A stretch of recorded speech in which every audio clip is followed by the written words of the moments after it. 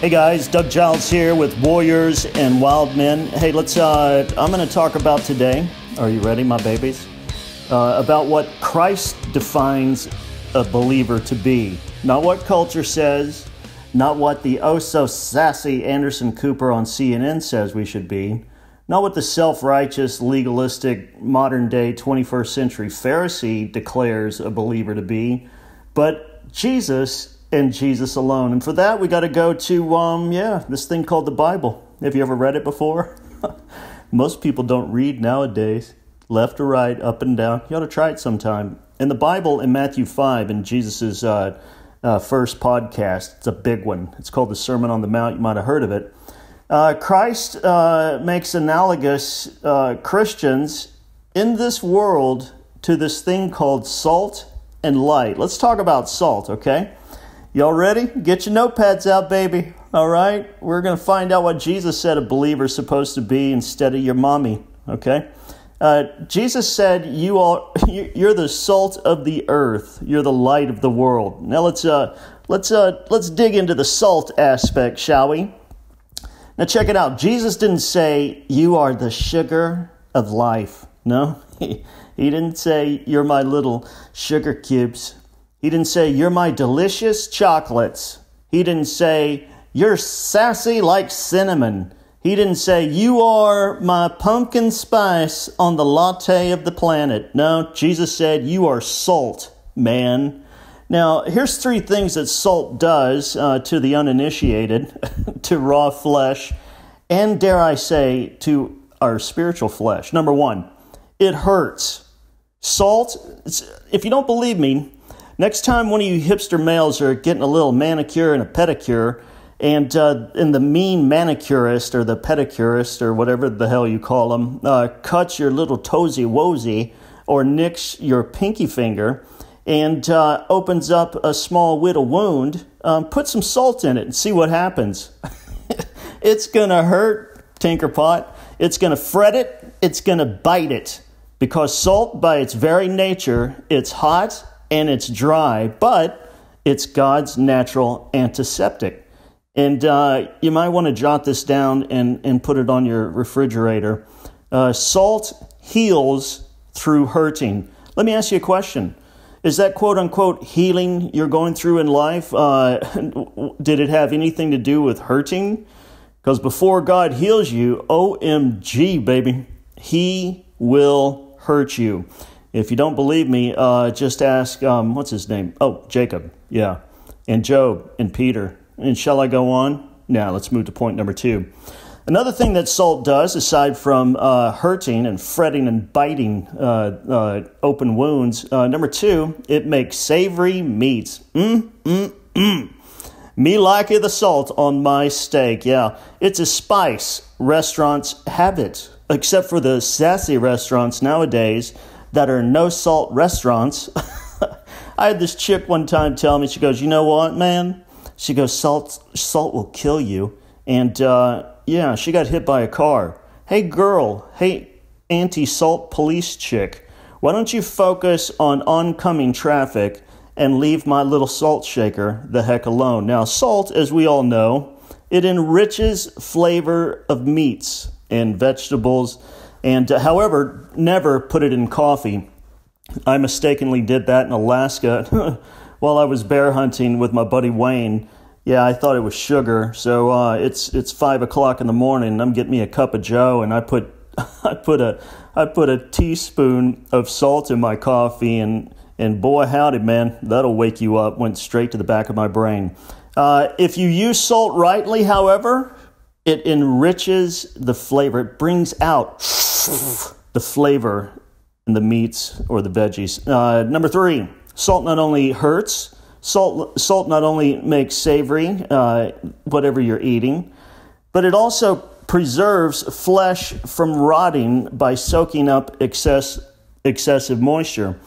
I'll never forget, man, when I've gone hunting before and we're bringing the skins back to the United States, watching the skinners go to the skinning shed and remove the animal as it's preparing the meat for consumption, either by us or whoever we donate it to.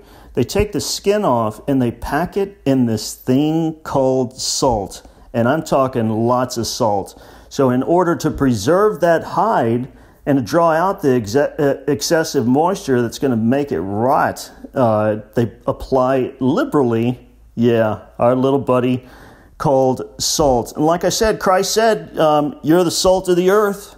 He didn't say, you're my sugar cubes. The true Christian will be salt to its flesh, and to the world's flesh, which means we've got a ministry. Number one, oh man, people ain't going to like this one. I guarantee you ain't going to like it. Your buddies aren't going to like it. But nevertheless, this is Jesus's analogy, and this is what we got to do. We got to do it. This means we got three things we got to do. Number one, salt means that we've got a ministry of hurting. What do I speak of, you ask? Well, I'll tell you, you inquiring mind. That means that we've got to we've got to serve God and man by saying things at times in love, of course, according to Ephesians 4, that hurt people. All right? Speaking truth is going to leave a sting on our flesh.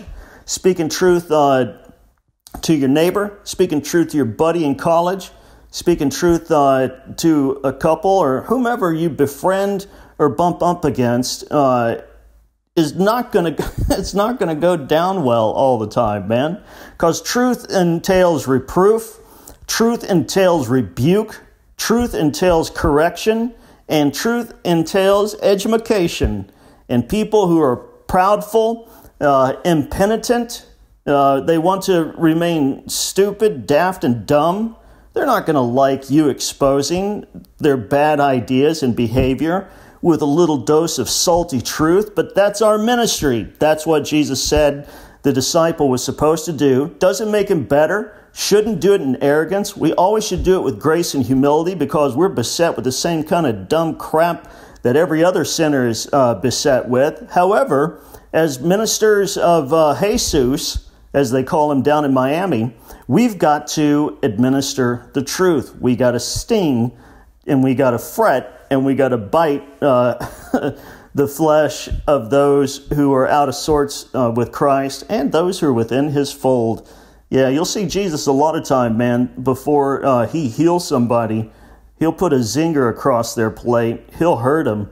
He'll put one across the bow before he comes in with the Band-Aids. If you don't believe me, just do a cursory glance of Matthew, Mark, Luke, and John.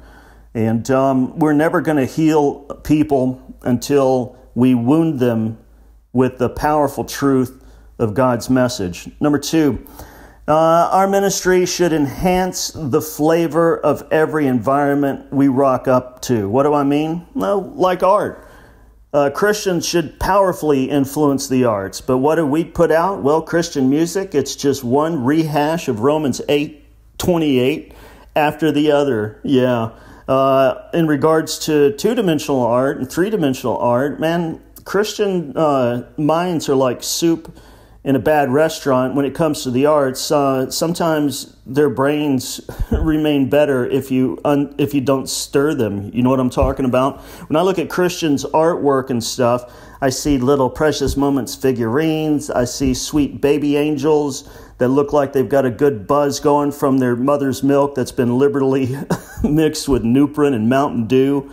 You don't see the great art that you saw in the Reformation and during the Renaissance in particular. You don't see that anymore. You don't hear the great music that just makes you drool your Slurpee down your shirt. That's gone because we don't bring that particular flavor and pizzazz and wow that salt brings in enhancing the flavor of the arts. Same thing with government.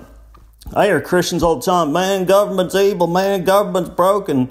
And then I hear the smarmy people say, well, politics is just a reflection of culture. Politics is downstream of culture. Okay, I'll grant you that. And you know what's downstream of culture? Or it's upstream of culture, rather? The church. Yeah, culture is downstream of the church. So if culture sucks, If the political realm and our government sucks, then you know why?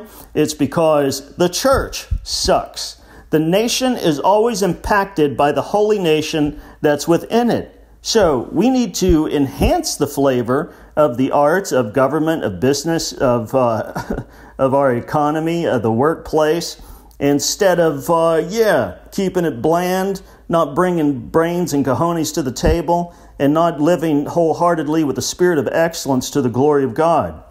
And number 3, salt will preserve culture from rot. If, again, going back to the whole, politics is downstream of culture and culture is downstream of church. If we want to preserve our culture, if we want our kids and grandkids to inherit something that doesn't look like you're keeping up with the Kardashians, something that's beautiful, something that's noble, something that we're not ashamed of to be called citizens of, then the church has got to get in there, man, and preserve it from rotting. You got to infiltrate it. You got to get involved in the mix of the culture instead of absorbing it and being a little Christian chameleon or being a separatist and developing an us versus them spiritual xenophobia against the culture. We've got to infiltrate it with shrewdness and excellence and discipline. And you know what? Just like the salt preserved my hides from rotting after we hunted them, our influence upon culture will preserve it from rotting in its entirety. At least that's what the salt analogy that Jesus parlayed does in its application. So that's it, man. Oh, I forgot. Jesus said, hey, if you lose your saltiness, are you listening, little Christian? Hey, you, Crispin, evangelical, Sebastian, Todd, are you listening?